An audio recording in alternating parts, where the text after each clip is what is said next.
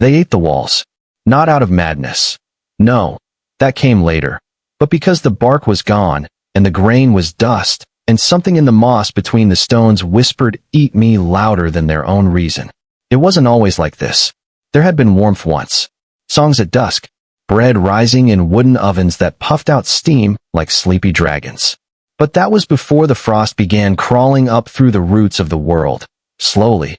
Almost kindly at first, like an old woman wrapping your feet in blankets. Then it stayed.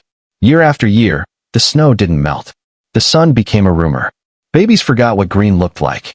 Marta stood barefoot in the snow outside the barn, staring at a patch of earth she used to call the radish row. Her feet were purple. She didn't care.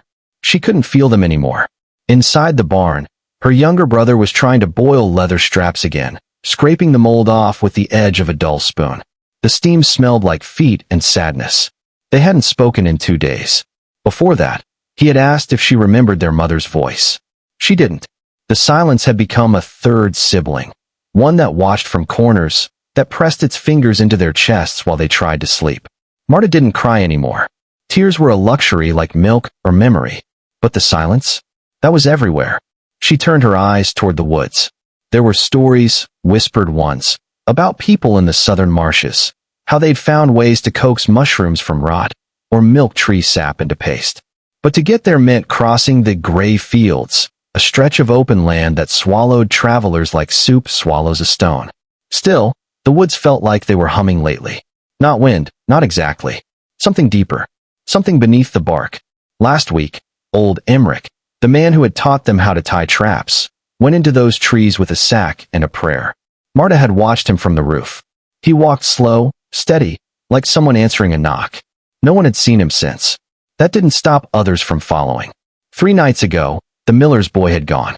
He left his coat behind, folded on the fence post like a goodbye. Everyone was thinning out. Sometimes, Marta thought the famine wasn't killing them. It was calling them. Like the cold itself had a voice, and it only got louder the emptier you were. Inside the barn, the strap finally gave in, softening just enough to chew. Her brother, Yannick, handed her a piece like it was a sacred thing. She bit in. It tasted like regret. The kind that curls at the edges of your tongue and whispers that maybe you deserve this. They ate in silence. Afterward, they lay on opposite ends of the straw pile, facing the beams above. Shadows from the rafters shifted like slow fingers. Marta whispered, "Do you hear it?" Yannick didn't answer, but he knew. That low sound, the hum like someone singing underwater. It came from the woods. It always had. When the first ones came back, no one said a word. They walked out of the trees barefoot, with cracked lips and blackened nails. But their eyes glittered like frostbitten glass. They didn't knock.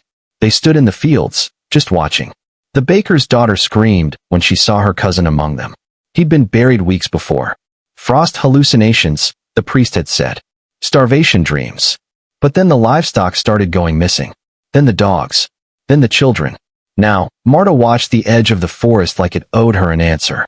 There was something wrong with the way the snow fell near the trees. It shimmered, slower than it should, like it was deciding whether to land or float back upward.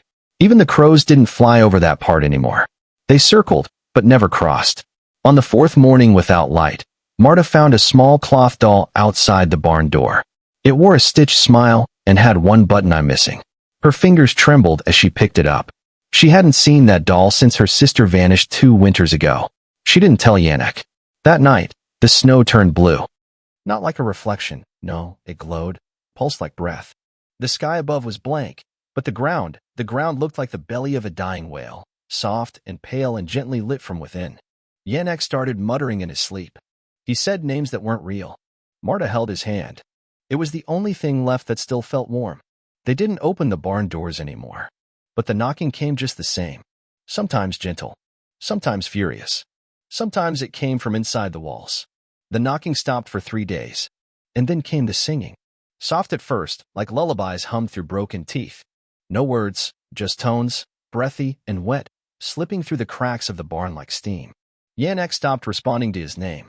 He sat near the door now, whispering to it. He said things like, "She's behind the wood, and they never sleep under snow." Marta thought about tying his hands. She didn't. Not yet.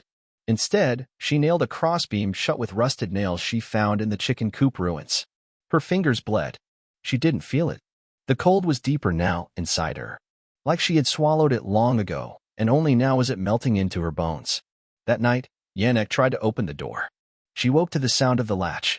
He looked at her, blank-eyed, and said, "She's cold. We should let her in." "There's no one there," Marta whispered. He didn't argue. He just sat back down and began tearing small strips from the hem of his shirt, chewing them like dry leaves. By the 5th week without sun, the river froze solid enough to hold a cart. People from the upper village tried to walk across. Halfway over, they turned around and ran. No one asked why. No one wanted to know. In the distance, smoke rose from chimneys that hadn't breathed in years. Houses where whole families had vanished were suddenly warm again. No one dared go near. One child did. The next morning, the snow in front of that house was littered with teeth. Perfect little baby teeth, arranged in a circle. The wind began to hum in a different pitch. Something was changing. On the morning of the 43rd day, Marta woke to find Yannick missing. The barn door was wide open, snow curling inside like a cold tongue. Footprints led toward the forest, deep and deliberate. She screamed his name until her throat cracked. Nothing answered. She should have cried. Instead, she waited. 1 hour. 2. She wrapped her feet in burlap and stepped outside. Her body groaned, but her head was quiet. Too quiet. She followed his trail to the edge of the trees. And stopped. There, just beneath a pine tree heavy with frozen needles, stood Yannick. He was barefoot. His shirt was gone. His skin looked like wax dipped in frost. But he was smiling. His lips didn't move when she shouted. He raised one hand and pointed behind him into the dark. Something moved in the shadows. Marta ran. She didn't know how she made it back. Her hands didn't work. Her ears rang. Her vision pulsed like thunder behind glass. That night, she burned the doll. The blue snow around the barn turned gray. The air thickened like syrup. She didn't sleep. When morning came, if it was morning, she found a loaf of bread on the doorstep. Still warm. Wrapped in fabric stitched with her grandmother's initials. She didn't eat it. She buried it under the ashes of the chicken coop and whispered apologies to no one. Later that day, a voice spoke from the barn loft. Not Yannick's. Not anyone she recognized. It said, "There is still time. You only have to listen." She climbed the ladder with shaking legs. The loft was empty, except for a circle of wet footprints. They led to the far wall. She pressed her ear against the boards. Breathing. Not hers.